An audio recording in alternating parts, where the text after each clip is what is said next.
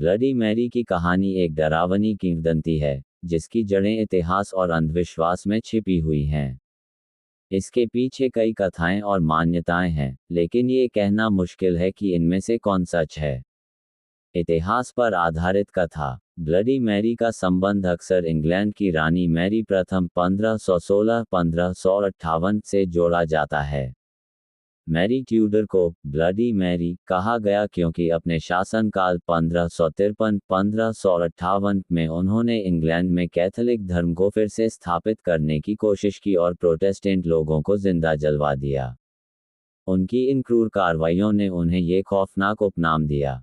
किंवदंती की कहानी। आधुनिक काल में ब्लडी मैरी का नाम एक भूतिया कहानी से जुड़ा है।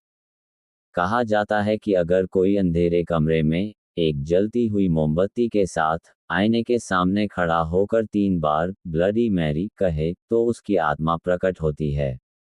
लोग कहते हैं कि वह या तो बदला लेने आती है या फिर किसी का भविष्य दिखाती है। सच्ची घटनाओं से संभावित संबंध। 1. मैरी वथ या एलिजाबेथ बाथोरी। कुछ लोग ब्लडी मैरी का संबंध मैरी वथ नाम की एक औरत से जोड़ते हैं, जिसे काले जादू के लिए मारा गया था।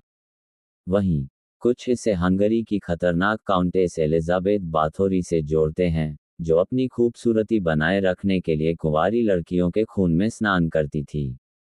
2. आईना और अंधविश्वास। आईने को सदियों से अलौकिक शक्तियों से जोड़कर देखा गया है।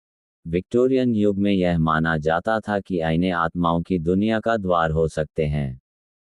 यही सोच शायद ब्लडी मैरी की इस भूतिया कहानी को जन्म देने का कारण बनी। डरावनी कहानी किंवदंती का वर्णन। एक रात कुछ दोस्तों ने ब्लडी मैरी की कहानी के बारे में सुना। एक लड़की ने साहस दिखाने के लिए ये करने का फैसला किया।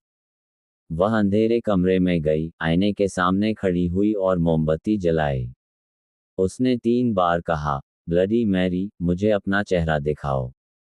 तभी अचानक कमरे में तेज हवा का झोंका आया और आईने में एक खून से सना हुआ चेहरा दिखा। लड़की चीखती हुई भाग गई। उस दिन के बाद उसने फिर कभी आईने में अपना चेहरा देखने की हिम्मत नहीं की।